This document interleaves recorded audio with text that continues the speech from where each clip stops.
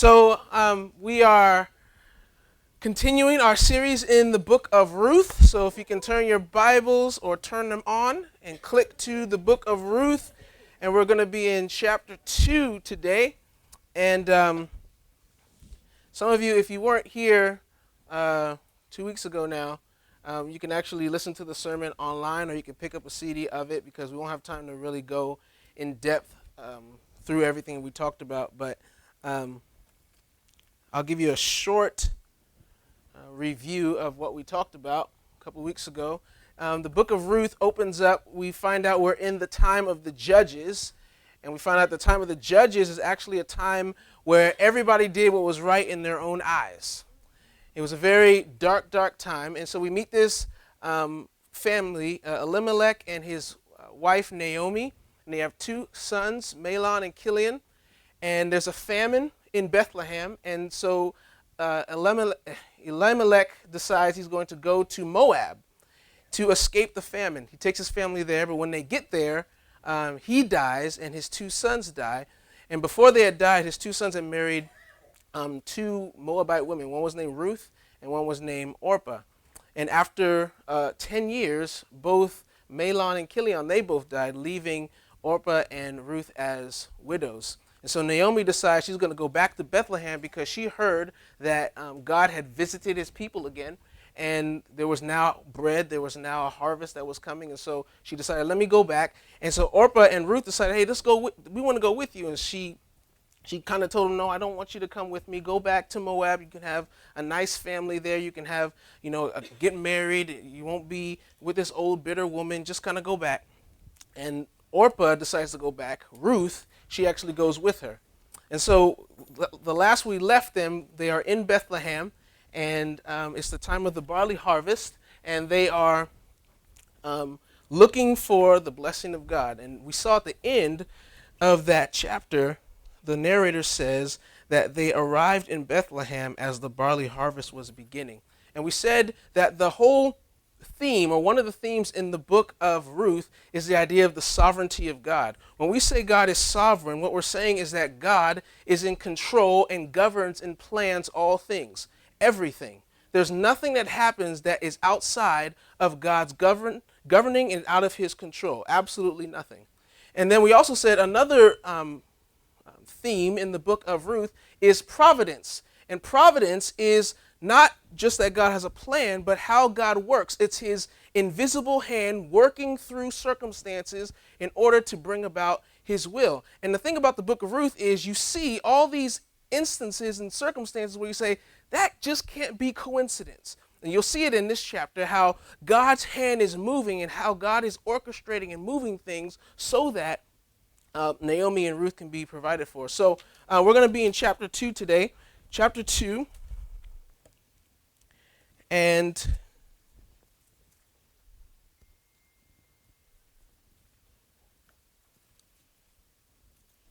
verse 1.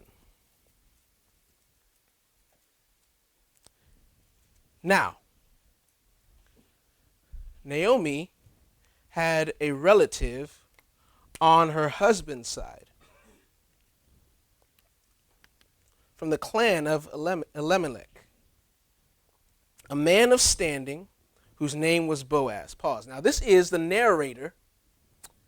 I don't know if you've ever seen a movie and has a voiceover. It said, there once was a man, right? That's kind of that thing. It's not the dialogue of the story. It's almost like this voiceover, and he's cluing you into something. Remember, in chapter 1, Naomi was like, I have no one, there's no one to provide for us, no one to take care of us. That wasn't true. They actually had someone who was a part of their family who could have helped them and provided for them, acted as a kinsman redeemer, which we'll talk about later. But what he's doing is he's saying, I want you to keep your eyes open because something great is about to happen, and it has something to do with this man named Boaz. And so he's cluing you in. Hey, keep your eyes open. So let's continue. He says, verse 2, and Ruth, the Moabitess, said to Naomi, let me go to the fields and pick up the leftover grain behind anyone in whose eyes I find favor. Naomi said to her, go ahead, my daughter. So they get back to Bethlehem, and Ruth is sitting in the house, and it's the time of the barley harvest. What Ruth could have been doing was sitting on the couch watching hip-hop, Hollywood, or Scandal, eating Reese's peanut butter cups and drinking diet soda because she's watching her weight, and she wants to, she's watching this show and having this good time and kind of sitting back. She could have done that. But what do you see Ruth saying? Hey, let me go out and work. Let me go out and glean. Let me go up and pick out leftover grain. Now, in ancient Israel, one of the things that God set up in the law was that people who owned fields, that when they went through to pick the grain, what they were not allowed to do was, after they went through one time, was to go back and pick up the leftovers. What they had to do is go through one time, and then whatever was left had to be there for the poor. So the poor could come and they can pick up that leftover grain. And that was God's way of taking care of the poor in Israel. So not only could you not get what was left over, he also told them in the law, I don't want you to go to harvest out to the edges or the corners of your fields. I want the poor to be able to come to the edges of the fields to get that. So when Ruth says, let me go out and glean, she's saying, I understand what God has set up, that I can go out and I can pick up leftover grain in order to provide for us. I want you to see, you don't have to turn there, but in Leviticus chapter 23 and verse 22, Leviticus, you can write down 23 and verse 22, it says this, God speaking to the Israelites, when you reap the harvest of your land, do not reap to the very edges of your field or gather the gleanings of your harvest. Leave them for the poor and the alien. I am the Lord your God. In Deuteronomy 24 and verse 19, Deuteronomy 24 verse 19, it says, when you are harvesting in your field and you overlook a sheaf, do not go back to get it. Leave it for the alien, the fatherless, and the widow, so that the Lord your God may bless you in all the works of your hands. So here's what Ruth is taking advantage of, is this idea that you have to leave the leftover grain. And so she decides, I'm going to go out. This is the thing I love about Ruth. And women of God, and we're going to see some great things about Ruth if we've seen them already, but Ruth is a woman who took initiative. She took initiative. Naomi didn't have to say, hey, Ruth, would you get up off the couch and go and do something with your life? She said, I'm going to actually get up and go and do something. You know what initiative is? Initiative is doing what's right without someone to have to tell you. Someone always has to tell you, you got to get up and do something. God wants to raise up women who don't always have to be told what to do, but they take the initiative. When they see something that needs to be done, they take care of it. I saw this all throughout my life with my mom. My mom was a woman who took initiative. If something needed to be done, she would do it, sometimes without your permission. Growing up, it was very, very clear to me that if you know my mom, she's a clean freak. If you ever come in the house, she's doing two things: cleaning and singing. That's all she's doing. She loves to clean. And growing up, we would dirty up a dish, put it in the sink, and then the next morning, magically, it'd be clean and be put away, dried, and nice. And growing up, we used to, we took advantage of her. My siblings, we talk about this all the time, like, man, we kind of did mom a little wrong. Because we would, leave all this stuff out. And so it really hurt me later on, because you get married and you kind of leaving your brother. She's like, hey, I'm not your mama. Don't you pick that up. I ain't free to take it. I said, well, dang, you don't love me? That's cool. And again, my mom, I used to take the kids to camp, high school camp, down in L.A. I came home. My room is painted. No, you don't understand. It was painted. It was white before when I left. When I came back, my room was blue. And everything was clean. The bed was made. The hole in the wall was patched up. Why? She saw something that needed to be done, and she did it. It's initiative. Now, of course, she could say, hey, you need to, and she even says, sometimes I might have done stuff for you, and you should have been doing it.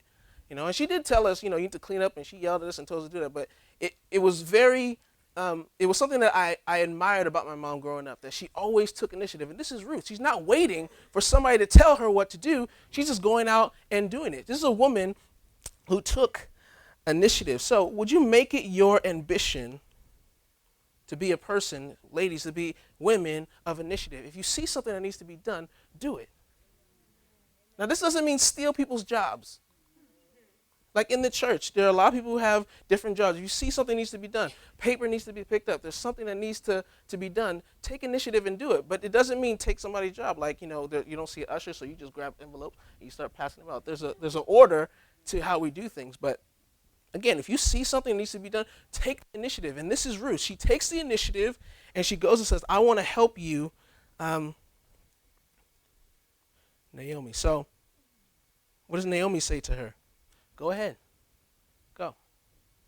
So, verse 3, she went out and began to glean in the fields behind the harvesters. As it turned out, she found herself working in a field belonging to Boaz, who was from the clan of Elimelech. Now, here's what I don't know if you noticed, it says, as it turned out.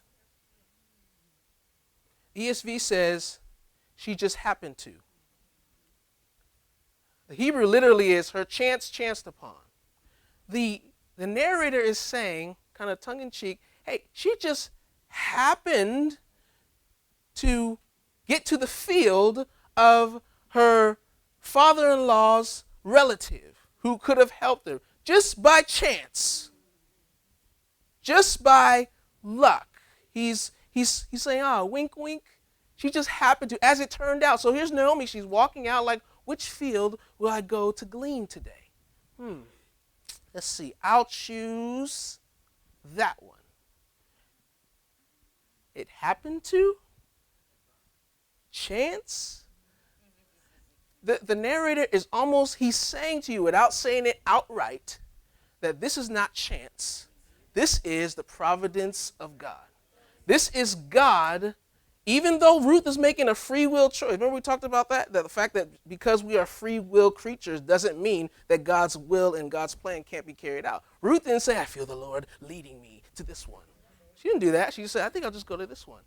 But the writer says she's being led, or the Lord is leading her by his invisible hand to this field that is owned by Boaz. As Christians, we don't believe in luck.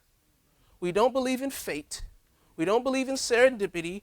It's all the plan of God, all the providence of God. Everything that happens in our lives is by the plan of God. Nothing happens, literally, nothing happens without God's plan. Nothing happens without him taking pieces and moving them where they need to be in order for his will to be accomplished. And so look at, again, what he says. As it turned out, she found herself working in a field belonging to Boaz, who was from the clan of Elimelech. So I want you to go back to verse 1 because I forgot to say this. Now Naomi had a relative on her husband's side from the clan of Elimelech, a man of standing. Now I forgot to tell you, a man of standing, this word means that there's different ways it's translated. It could be a mighty man. It could be a man of valor, a mighty man of valor, a warrior. It can even be translated, if you want to give it a more modern translation, a knight in shining armor. So Boaz, he's not just some regular dude. He is powerful. He has money. He has character. He has integrity. And that's the field that she comes in. And he happens to be a part of Naomi's family. So again, verse 4. Just then, Boaz arrived from Bethlehem and greeted the harvesters. Now, is that a coincidence? She happens to get to a field owned by Boaz, and he just happens to be there that day. Just by chance. Now, Boaz, again, he has a lot of money, so he steps out the limo. He's going to say, I'm going to check on the work today. Let me check on how the numbers are going. And so he steps out, and what does he say to his harvesters? The Lord be with you. The very first thing we hear from Boaz is the Lord be with you. That tells you a lot about the kind of man Boaz is. How would you love your boss to be saved? I know you're saying, my boss, he's not saved. My boss will not come to work talking about the Lord be with you. I've said it before that it's a joy to work for my dad, not because he's my dad. There are things about that that make it difficult because he's your dad. So he can just tell you whatever you have to do, and you have to honor him. But because he's a Christian man, and he leads and he governs in a Christian way, and it makes me want to serve him all the more, even when I don't agree with him. There are times where I was like, I don't think that's a good idea, but I'm gonna do it anyway, because I believe you believe God's leading you, and I'm gonna follow after you. Even if you don't agree with your pastor, follow him. That was for free. Okay, so let me go back. So he says, "The Lord be with you." This is a boss who's a Christian, and listen to the way the workers respond. "The Lord bless you," they called back. What kind of work environment? It's a great work environment, huh? The Lord bless you. Hey, the Lord bless you. And this is a great time. This is an amazing atmosphere to work in. So this is Boaz. He comes in saying, "Hey, the Lord bless you." And one of the interesting things about Boaz is this is the first thing you hear about him, and we know about what the narrator says in verse 1 about him: a man of standing. He's a man of character, integrity, money. The first thing you hear from him is a blessing, which tells you that this man is a man who is a man of God. And men of God are not just men of God on Sunday. I wrote it in my notes. It said, men of God are men of God on Tuesday. You know why I say that? Because Tuesday is usually when the sermon has wore off.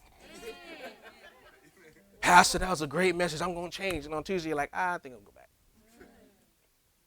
Men of God, when you know you're a man of God, God saturates your life to every detail. Everything about you shows that you're a man of God. Men of God talk a certain way. Men of God act a certain way. Men of God post on Facebook a certain kind of way. Men of God drive a certain kind of way. It's not just, oh, I'm at church on Sunday and I sung a few songs. Let me see what you do on Thursday. Because what you are the other days of the week is what you really are. Boaz, he's not going into church. The Lord bless you. This is a work. He's walking into Safeway. He's walking into Kmart. He's walking into the factory talking about the Lord bless you. God has saturated every area of his life. And so men, we need to be men like Boaz. Let God saturate every area of our lives. So Boaz, verse 5, says to his foreman, "Whose young woman is that?" So he gets there, and remember, Ruth has been there. She asked to work in the field. So he gets there, and he said, "Whose young woman is that?" I want you to notice what he doesn't say. He doesn't say, "Who is that?" He said, "Whose?" So he's asking one. Hey, let me ask you a question. Her. I know I didn't hire her. I don't remember her papers coming across my desk. Whose young woman is that? He's not asking who she is. He's asking, does she belong to anyone? Does she have a man? Now you can take it one of two ways. Who does she belong to? If she's unmarried, she belongs to her father. If she's married, she belongs to her husband. So when Boaz asks, who does she belong to? He's very interested in the answer to that question. Because if she is unmarried, I'm not married. But if she's married, I just leave her alone. So Boaz's question is very, very specific. I think it's love at first sight. I think he walks into the factory, he's looking around, hey, whoa. And he knows, I haven't seen her. Whose young woman is that? What does the foreman say? The foreman replies, she is the Moabitess who came back from Moab with Naomi. She said, please let me glean and gather among the sheaves behind the harvesters. She went into the field and has worked steadily from morning till now, except for a short rest in the shelter. So he asks, whose young woman is that? And he begins to tell Boaz about who she is. And Boaz had heard about her, as you'll see later. He heard about her because Bethlehem in that time, it was a small community, so they would have heard about how Naomi brought back this Moabitess, and he had heard about her.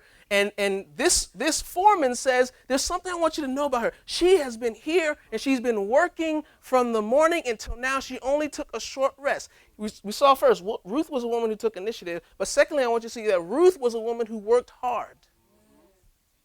She worked hard. It says that she had been there from the morning till now, and she had been working steadily.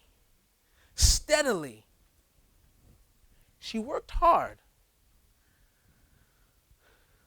This goes without saying, and I think I've had, especially in this church, I've seen it, a lot of women who work really, really hard. And I really admire that. That's a characteristic of a woman of God. Not someone who just sits back and say, I need you to get me. I need you to serve me. What says, no, let me get up, let me serve, and I'm going to work hard and steadily. Do you remember what the writer in Proverbs 31 says about a wife of noble character? Some of the things he said, I'll read it to you. We put it on the screen, Proverbs 31, starting at verse 10. Just listen to the way the writer talks about this wife of noble character. It says, a wife of noble character, who can find? She is worth far more than rubies. Her husband has full confidence in her and lacks nothing of value. She brings him good, not harm, all the days of her life. She selects wool and flax and works with eager hands. She is like the merchant ships, bringing her food from afar. She gets up while it's still dark. She provides food for her family and portions for her servant girls. She considers a field and buys it. Out of her earnings, she plants a vineyard. She sets about her work, what? Vigorously. Her arms are strong for her tasks. We'll stop there. Do you see? She works hard. And at the end of Proverbs, what's interesting that he says about her is that she's a woman that is to be highly esteemed. Many women do noble things, he says, but you surpass them all. Let me ask you, Boaz, he sees Ruth. He's struck by her. She's been working steadily from the morning until then, only for a short rest. She's a hard worker. Let me ask you, what do you think she looked like?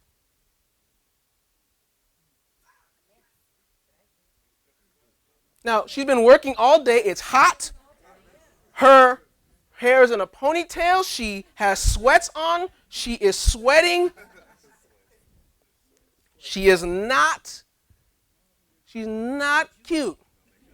And no makeup, no fragrance on her. And he says, that is a beautiful woman. Can I just tell you that? Even though guys are visual and we care about how you look, for a Christian man, what's even more important than the way you look is your character. Amen. So ladies, do not work on the outside and do nothing for the inside. Because when you meet a real Christian man, he will only be enamored with that for so long. You say, man, you beautiful on the outside. Inside, you ugly. You work more on the inner beauty. At the end of Proverbs, you know what he says? Charm is deceptive. Beauty is fleeting. Beauty is running away from your face.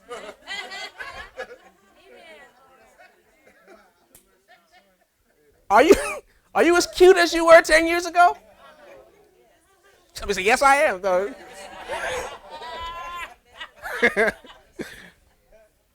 If you make beauty the only thing that you work on, if you want a husband or if you want to get with somebody, that's the wrong way. In Scripture. Now, in the world, it's all about how you look. It's all it's about. In fact, listen to the way 1 Peter says it. 1 Peter chapter 3 and verse 3 and 4. He says, your beauty should not come from the outward adornments, such as braided hair and the wearing of gold, jewelry, and fine clothes. Instead, it should be that of your inner self, the unfading beauty of a gentle and quiet spirit, which is of great worth in God's sight. In other words, work on the inside. Now, this is not to say the outside is not important. In fact, in chapter 3, we'll get there and we'll see it is very important. She worked on her outside. But here's a woman, she works hard, and he sees her beauty, not just in the fact that her outward, but he sees the fact that she's working hard. Now, here's a question. For many of us, we don't like it when people are lazy, especially women are lazy. I don't know, women just hate Kim Kardashian. They just do not like her. She recently just released pictures of her naked for a magazine, and it just spread like wildfire, everybody. But the thing that was interesting is all these ladies were just so upset. She's nasty, she's this and that. And I was kind of confused because she's done this before. I mean, this is part of what made her famous was, taking off her clothes. So I didn't understand why are people so upset. But as I was reading and looking, one of the things that people didn't like is that I don't like the fact that all you do is put on makeup and walk around and wear tight clothes and you get all this money. Somebody told me she made $25 million for that picture she took. $25 million for standing there without your clothes on. And we look at that and we say, that's not right. We look at somebody like Kim Kardashian or all these, reality TV stars, and we say, you got fame, you got money, why? And because you did nothing. And Kim, she tried to defend herself, and she said this. She said, quote, "The biggest misconception about my family and me is that we're lazy. I work hard."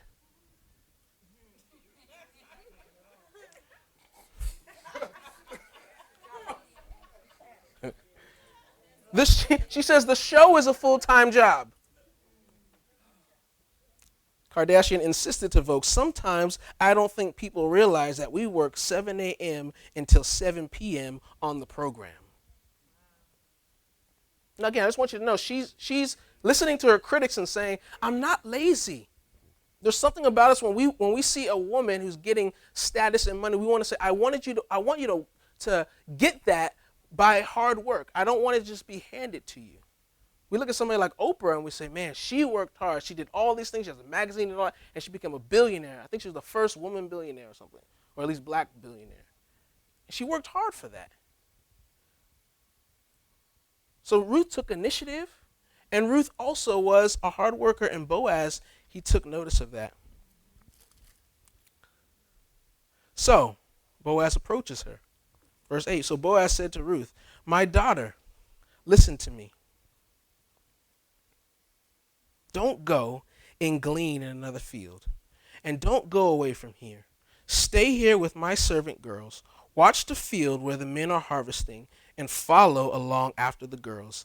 I have told the men not to touch you, and whenever you are thirsty, go and get a drink from the water jars the men have filled." So I want you to notice two things, the kindness of Boaz. Two things about Boaz. As he meets Ruth, he acts as her protector and as her provider. He just meets her. He comes up to her and says, "Hey, I want you can just go anywhere in my field and you can glean. And if you get thirsty, you can go and drink from the water jars." And it's interesting because in that culture, usually women got the water and foreign women got it. But here's a case where he's saying, no, you can go and drink from those jars. And normally I would have you go and get the water. You can go. You are someone I care about, and I'm providing for you. He gives her a field, only thing in the field, and gives her water. He just met her. And he's already providing for her. So he acts not only as her provider, but he also acts as her protector. He says, "I have told the men not to touch you." What's the time we're in? We're in the time of the judges, where everybody does what's right in their own eyes. And people back then are just as stupid as men are now. And when they see a woman, a beautiful woman, it was you could have been beaten up or raped. And so he tells his men, I have instructed my men, Ruth, not to touch you. So he gathers all his workers and he says, hey guys, this is Ruth. She just got here. She's been working here. I don't want you to lay a hand on her. I don't want you to touch her. I don't want you to say a word to her. Don't touch her. Don't you even think about acting like some of these knuckleheads out here. Do not touch Ruth. I have a big, big field. They will never find your body. He just met her.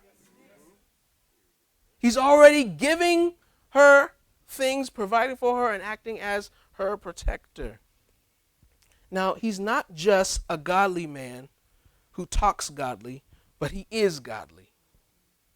Can I say this? You can use all the religious language you want. But if your actions run in the opposite directions of your words, you are not a godly man. I'll say that again. If your actions run in the opposite direction of your words, you are not a godly man.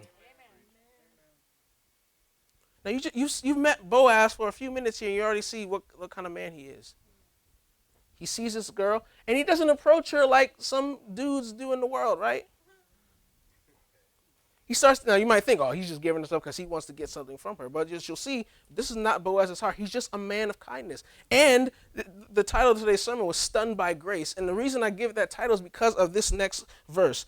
How does she respond to the kindness of Boaz? At this, she bowed down with her face to the ground.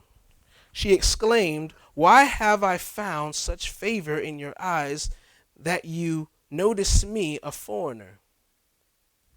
Back in verse 2, she said, Naomi, can I go out and glean? I want to try and find favor in somebody's eyes. Maybe she went out and she offered a prayer, Lord, can I find somebody who will just have favor on me? The word would be grace. Somebody would show me grace. And here she is, and she's absolutely stunned. She wasn't even expecting this.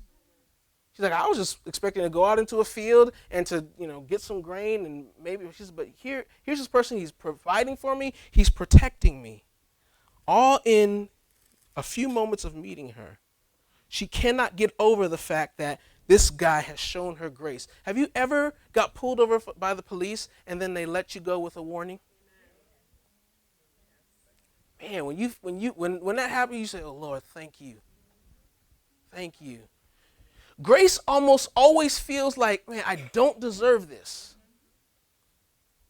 And why is Boaz treating her this way? Look at what he says. Because she asked, why are you treating me like this? I don't understand. Boaz replied, I've been told all about what you've done for your mother-in-law since the death of your husband, how you left your father and mother and homeland and came to live with a people you did not know before. May the Lord repay you for what you have done. May you be richly rewarded by the Lord, the God of Israel, under whose wings you have come to take refuge.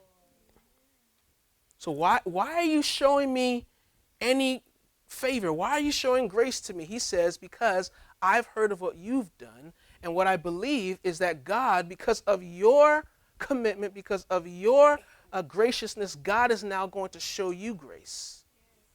And I want you to see, he doesn't point to chance or serendipity or anything or fate. He says, the Lord bless you. Blessing always comes from God. He says, may the Lord repay you for what you have done. May you richly be rewarded by the Lord, the God of Israel, under whose wings you've come to take refuge. Boaz sees himself as the instrument of God's blessing in Ruth's life. As Ruth comes to this field by chance, she meets a guy who's part of her family by chance, and all of a sudden he's just giving her things, he's protecting her, and she's wondering, what in the world is going on? Why are you treating me this way? He says, because I believe God's going to repay you for all the good that you have done. Not in a way to say that that God, pays us back for our good deeds. It's not like a payback. It's God's mercy and it's God's grace. And he says, you've come to Israel to take refuge under the wings of God. This is an interesting phrase because it's what's called a zoomorphism. And a zoomorphism is when you use the imagery of an animal to describe something. So in this case, it would be God. He describes God as a big eagle, and you're like his eaglet coming to find shelter. She came to Israel wanting the one and true God. Remember we said before, at some point she got converted. At some point she gave her life to the Lord because she's leaving from her gods and she's now following the true God. She's leaving from Chemosh, that was the God they served in Moab, and now serving Yahweh. And the way you know, and Boaz knows that. He says, I know you've come to take refuge under the wings of God. I know that. I can see it. Your life has changed. You're not the same woman you used to be. And so because of that, that's why I've shown you grace, and that's why I have shown you mercy. And then she says, may I continue to find favor in your eyes, my Lord. So I look for favor, I'm getting favor, may I continue to get favor in your eyes. You have given me comfort and have spoken kindly to your servant, though I do not have the standing of one of your servant girls. Verse 14, first date. At mealtime, Boaz said to her, come over here. Now she's probably sitting somewhere far off, and he's sitting there with the other reapers, and he just says, hey, come here. And then what does he give her? Have some bread and dip it in the wine vinegar. Have you ever been to Olive Garden or to Pasta Pomodoro and they bring out that bread and you get to put it in the vinegar and the pesto and the... Isn't the anointing on that bread? You just eat the bread, your food get there, you're not even hungry no more. He says, look, girl, come on. Sit next to Boaz. Have some of this bread. Hey, dipping it in the wine. You know, it's kind of maybe a little hard, so put in the wine. That tastes good? Yeah, okay, good. Boaz, he got game. Look at it, he got game. When she sat down with the harvesters, then he offered her some roasted grain. You like that bread? Here's some roasted grain. It's in the text. You don't see how it's in the text. I'm just reading it. Just reading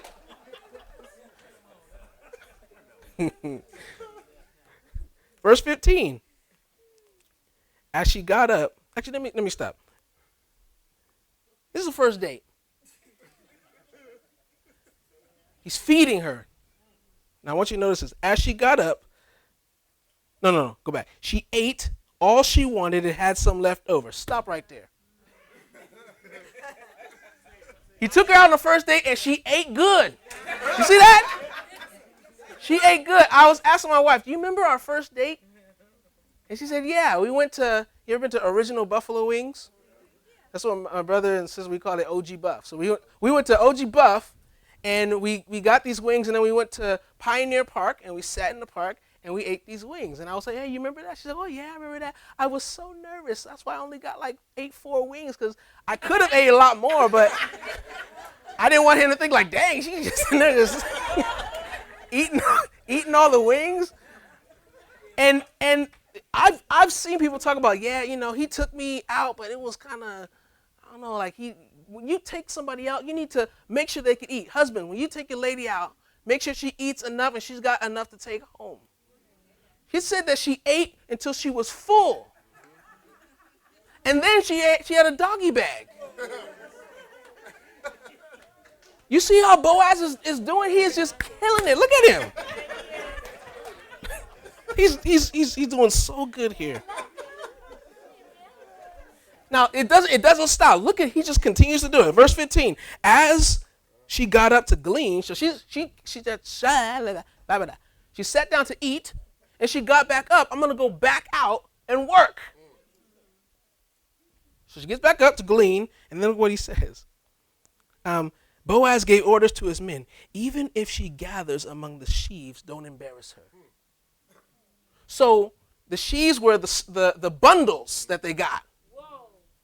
So if she wanders over to a bundle and wants to take some, don't you say nothing to her. Let her do it. And then he goes beyond that.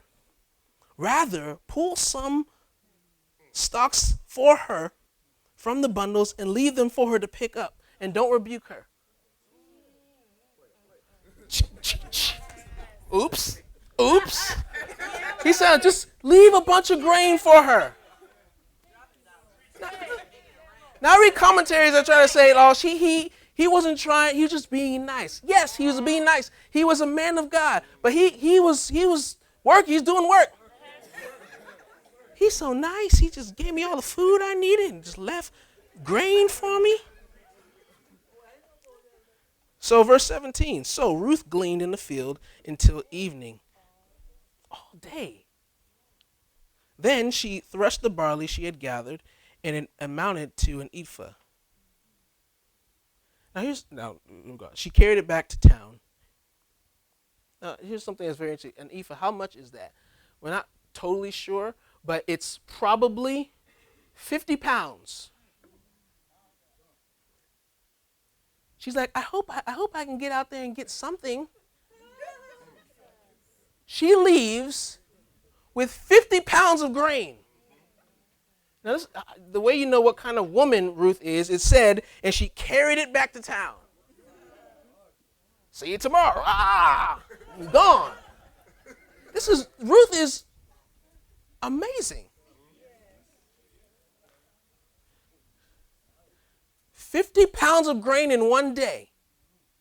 Now, this was not just from her picking up the leftovers. This was her future man leaving stuff for her. And so she takes it back.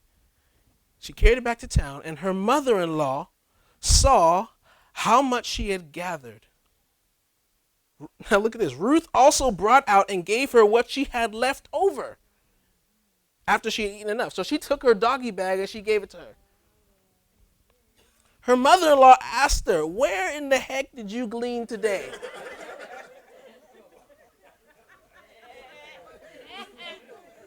Are you looking for heck in there? That's not in the text.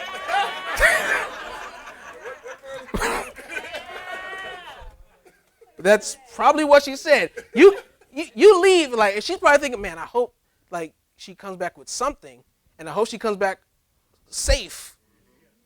Remember the time of the judges? You got dudes running around being crazy. She comes back with 50 pounds of grain. Where did you go?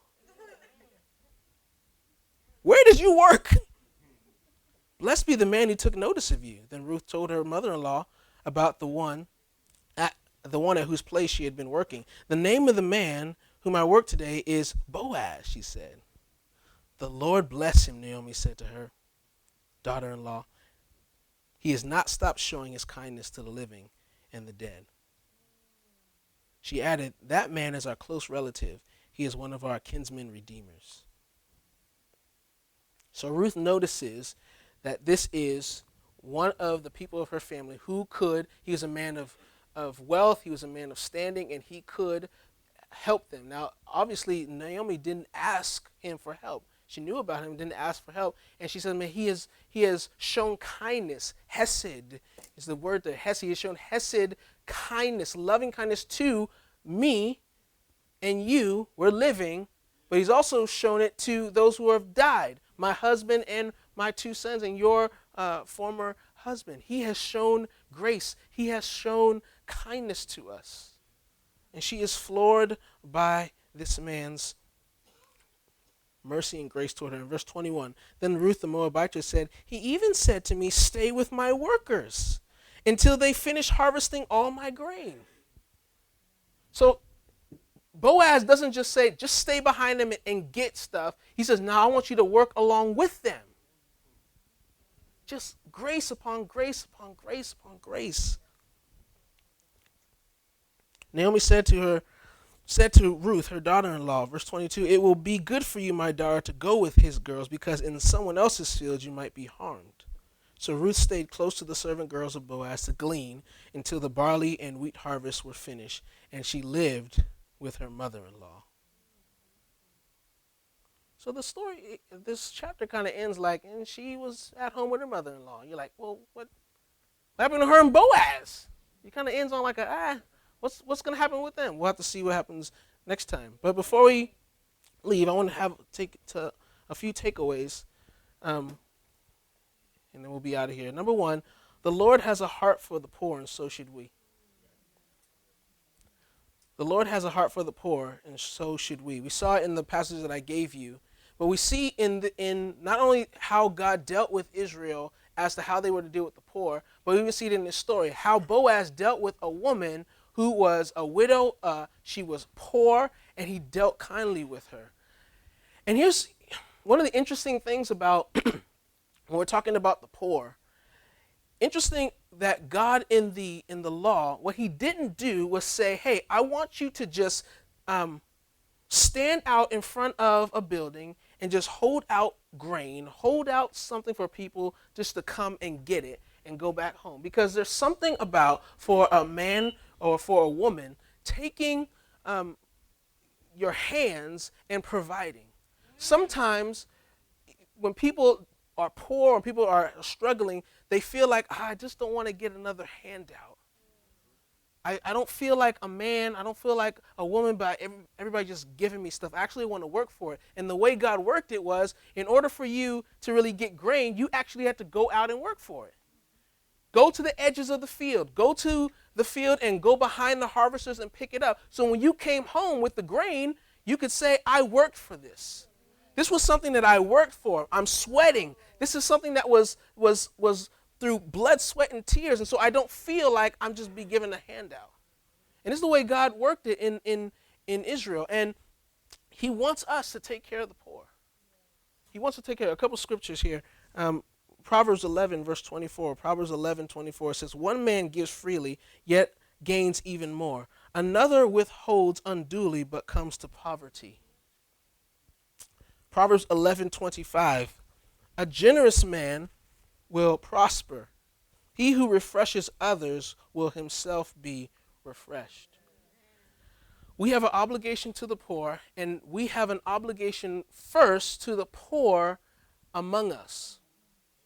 Let me say that again. We have an obligation first to the poor among us. My money first will go to you if you're poor, if you're struggling, if you need something. You are owed it first. And that scripture says, let's do good, especially to those who are in the family of faith, which tells you that in our body, we're going to have people at times who are going to be struggling. We're going into the holiday season. The holiday season can be very, very stressful because you feel this need to come up with all this money, to buy all these things for everybody, and it can be very, very difficult. And for us, we should be those who provide firstly for those who are among us. In our church, people who are struggling in our church. And then it's not to say we don't care about other people in the world who are struggling, but we do care about those who are in our body because God cares about them. Remember in Acts how they brought all their stuff and they put it together? Who was coming to get that stuff? The believers.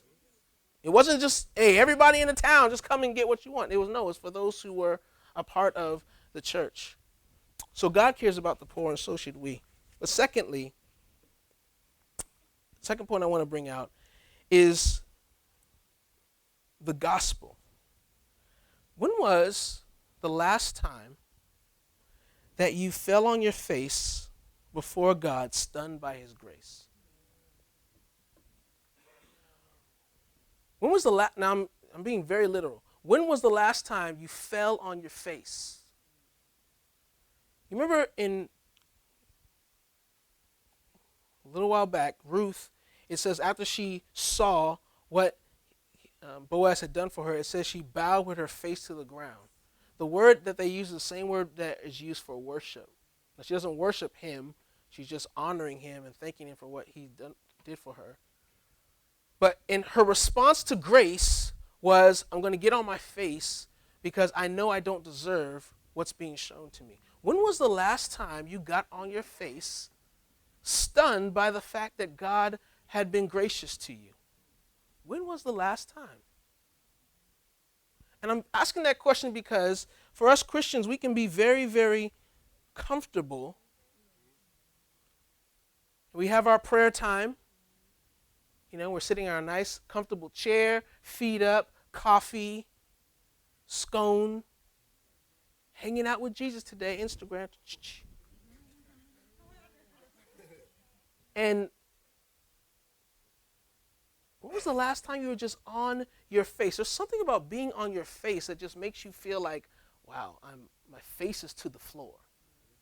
Remember when Jesus calmed the storm and the disciples saw that the storm had been calmed by this man who just said, be quiet. Remember what Peter said? Peter said, go away from me, Lord. I'm a sinful man. He said, I can't even be in your presence. I feel so unworthy. When you are in the presence of God, do you feel that? When was the last time that you were on your face stunned by grace? And I think part of the reason why for many of us, and myself included, why that hasn't happened is because we often feel like we have a right to the blessing of God.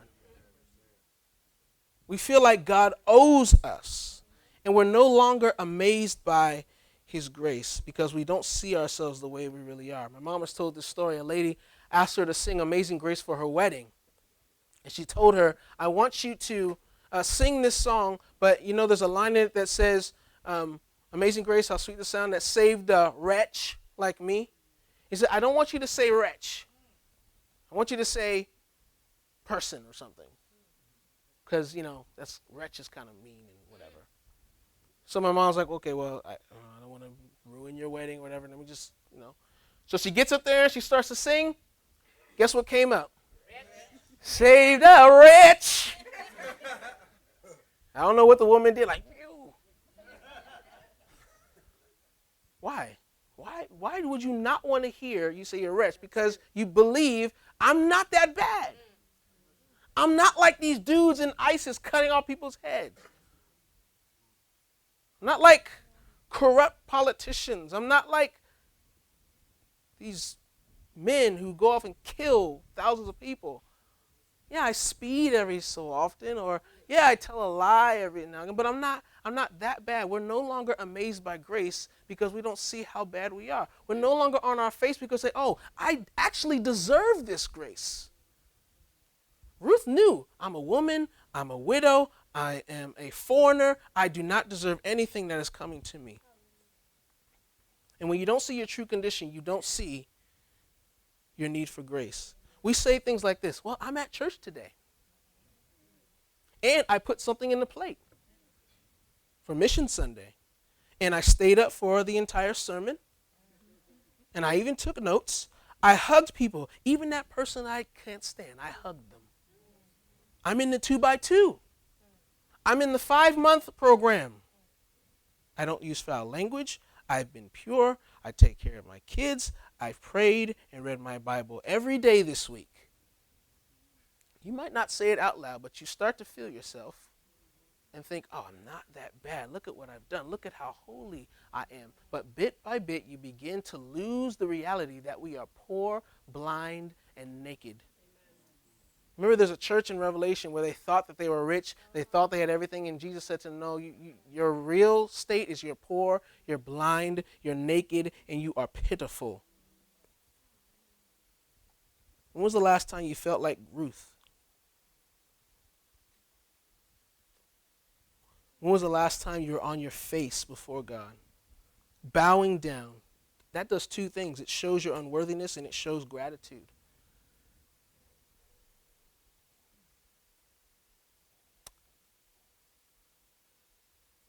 Grace is not intended to lift us out of our lowliness. Grace is intended to make us happy in God. God does not give us grace to make you not feel so bad about yourself anymore. He gives you grace so that you realize all of your joy, all of your happiness should be in him because he has saved you. We saw that video. People are going to hell forever. If you're sitting in this room, you've heard the gospel time after time after time, and God gives you opportunity after opportunity. You get to worship in a place where you're free. This is all the grace of God. When was the last time you were on your face in awe of his grace? And Jesus, like Boaz, he pours his love and his grace out on us. Don't be like some people in the world. We sit on the throne of our good deeds thinking that we don't need the Lord. Today, God says, like Boaz, I want to pour my grace into the cup of your life, overflowing. And so come to him today. Let's pray.